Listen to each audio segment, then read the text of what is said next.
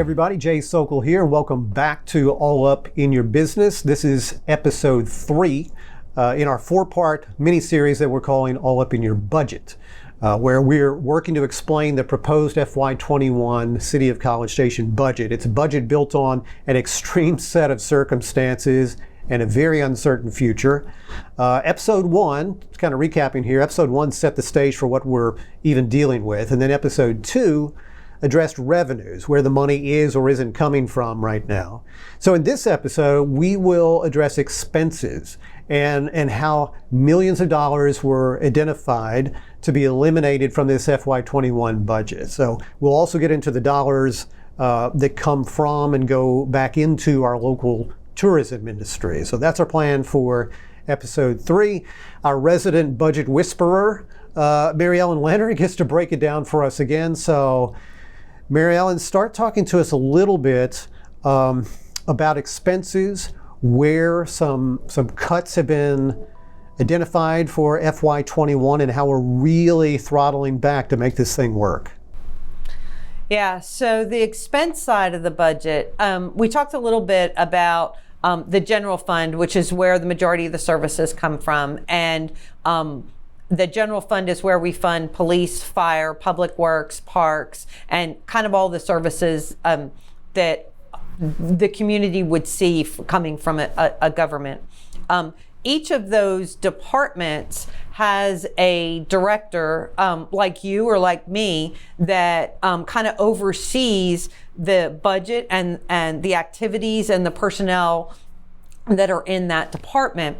When COVID-19 hit, we had just started the budget process, and those directors receive a target budget, which is kind of a bottom line base of where we think expenses are going to be the next year. And one of the first things that happened is we had immediately talked to those department directors about, when you're looking at your target budgets, we need you to do 2 things. We need you to take a look at what expense reductions can your department realistically handle, because we don't know what our revenue reductions are going to be just yet.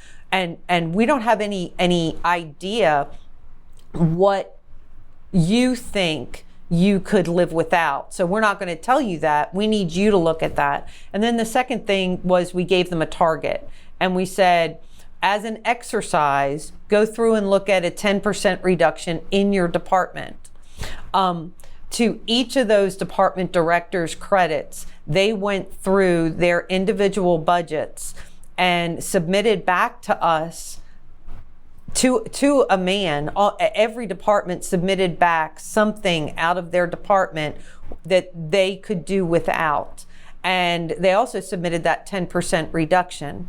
We then accumulated all of that, and we went to this thing that was called a budget congress, which basically is a really long all-day meeting where we talked about what the revenue reductions were. We had an idea by that time, kind of what we thought we were going to be looking at, and what was proposed by each of the departments. And the department directors then decided collaboratively what each of them could do without, and did it make sense for us to cut parks programming so that the fire and police department reductions didn't need to go as deep as they needed to go. And those discussions then resulted in about $5.4 million of expense reductions in this entire budget. And even with our worst case scenario, okay, what do you think is realistic that you can do for a year? Reductions from these department heads was enough to cover our worst case scenario. So I think that is a testament to the level of effort that each of them put into trying to make sure services could still be provided. What could they do, and how are we going to demonstrate that we are in this with the rest of the community, and we're all going to get through this just fine if we work together. So as one of the budget congressmen, you can call me congressman, so the way these things usually go in a normal year, we put together with the help of your department our base budget, and then we start embarking on things called SLAs, these service level adjustments, and it's where we sort of come hat in hand and we start asking for stuff. Yeah, y'all become lobbyists. And so in SLA, if we're asking for something, you guys try to figure out, okay, are you asking for one-time dollars to get you something, or these dollars we're going to have to build into the budget every year moving forward, and these recurring expenses. And in a normal year, maybe some small department like mine will come with one or two asks, SLAs, and then you've got police and fire and public works that may come to you guys with this huge list of stuff. This year, that is not how that went. So talk a little bit about the magnitude of some of the cuts, using examples like police, fire, public works, parks, and so forth. The magnitude of cuts that they came forward with to say we can do without this to help the greater good. So, first of all, again, these department directors went above and beyond, in my opinion, because like you said, Jay, instead of y'all asking for money, here I am asking y'all, okay, help me out here. I need some money. And each department director stepped up to the plate to the tune that we've got somewhere between 55 and 60 positions that will remain unfilled for FY21 if we end up in this worst case scenario for the entire year. That 55 to 60 positions, there's a chunk of them out of parks programming, but there is also positions in planning, and there are positions in the fire. There's positions in the fire department. There's public works. Every department in the city secretary's office. Your office. In my office. Yeah. So everybody has kind of stepped up and said, okay, we can do this. And we're calling this a flexible hiring freeze because as time goes on, there's attrition, just like in any business. And we can't foresee who's going to choose to leave the city. And so the dollar amount that was accumulated from this hiring freeze from all of these departments has pretty much been dropped into a bucket. And we know how much needs to stay in that bucket. And we've got a mechanism where we're going to look at, let's say,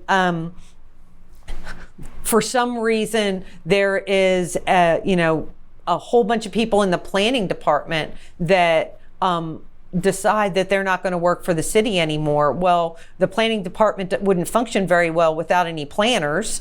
So, do we have enough money in that bucket that we can put some planners back in the hire these planners, even though we had, two of them frozen because the other two left?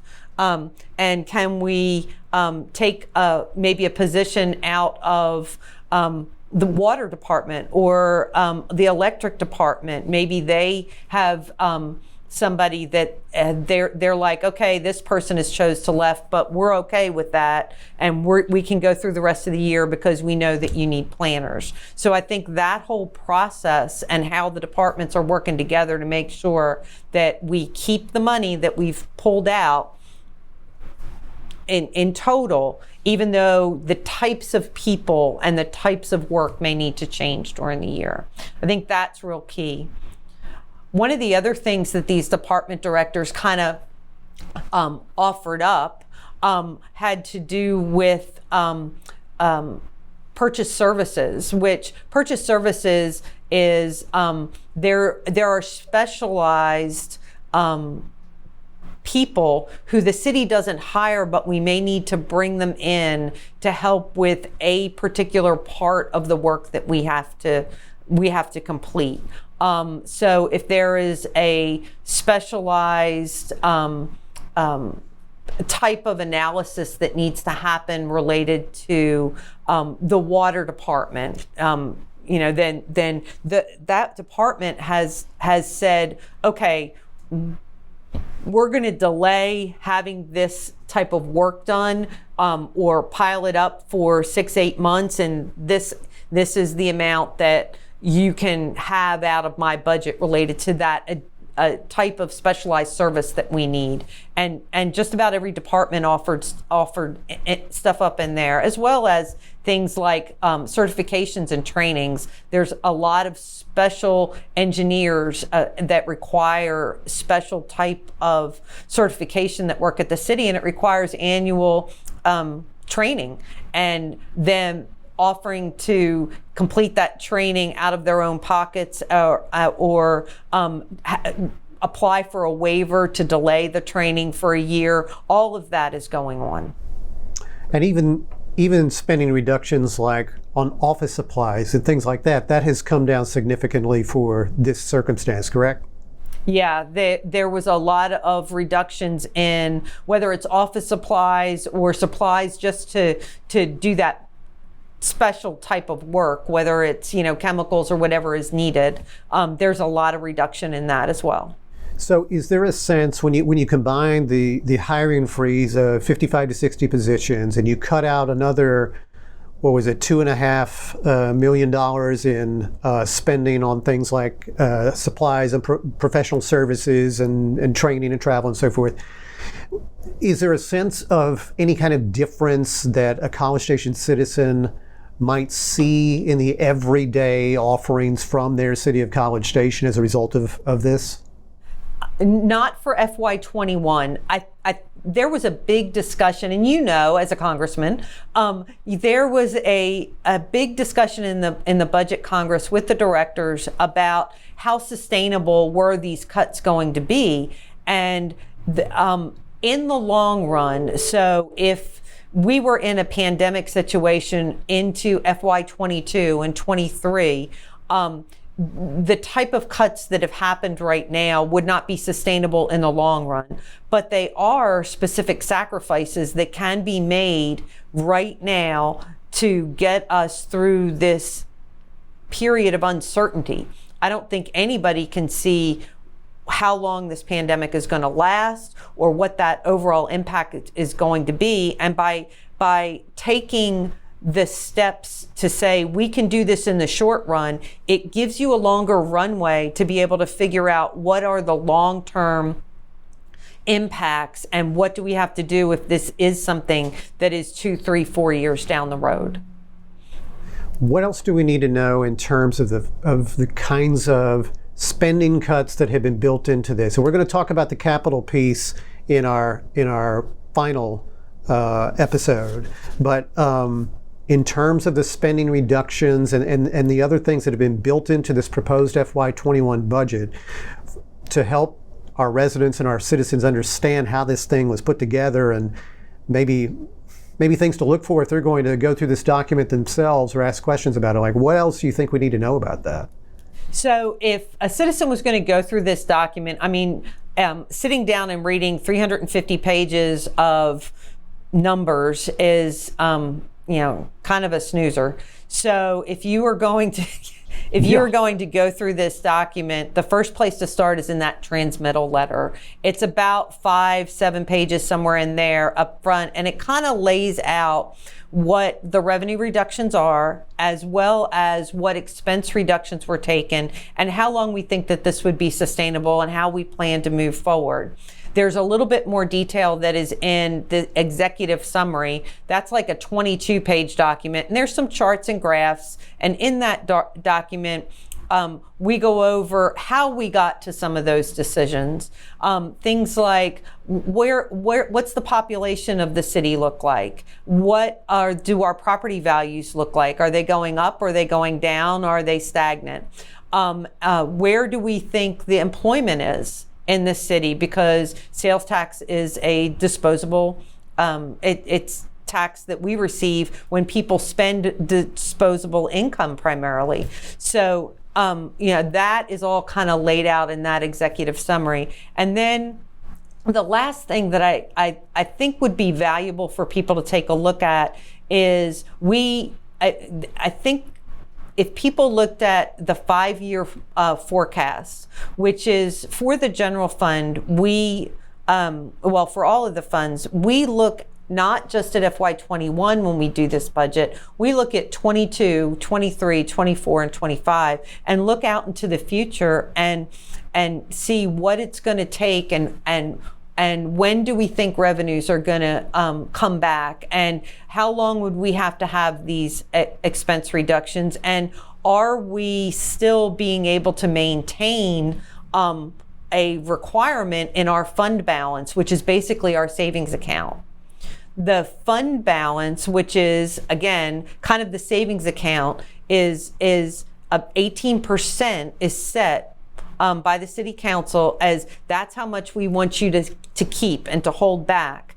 And you can look and see in that 5-year forecast, are we at that 18%? Are we holding all of that? And I think coming up with this plan, we were able to do that actually higher than the 18% and hold that fund balance so that if we're wrong, there are options. So we do have things that we could utilize if need be. Spoiler alert, with this page turner book, that 5-year forecast, it's not like we're going to be bouncing back on the revenues and be good as new in FY22 or 23. It is, we think, going to be a while. So. Well, but also remember too, we developed this plan being as conservative as we possibly could because we don't want a lot more surprises. We want to be able to plan and be proactive and not reactive. So if you plan for the worst and hope for the best, you've got a better shot at success. And that's what we think we've done. Look at you being all budget half full. Good for you. Exactly. Okay, so we're going to stop there for episode 3. Great job, Mary Ellen, as always. In our last episode of this mini-series, we're going to tackle capital projects. Okay, those are the big projects that might include streets and parks and facilities, utilities, and more. COVID-19 has definitely affected what we can do there. So don't miss the exciting conclusion, episode 4. And thank you so much for listening to or watching All Up in Your Budget.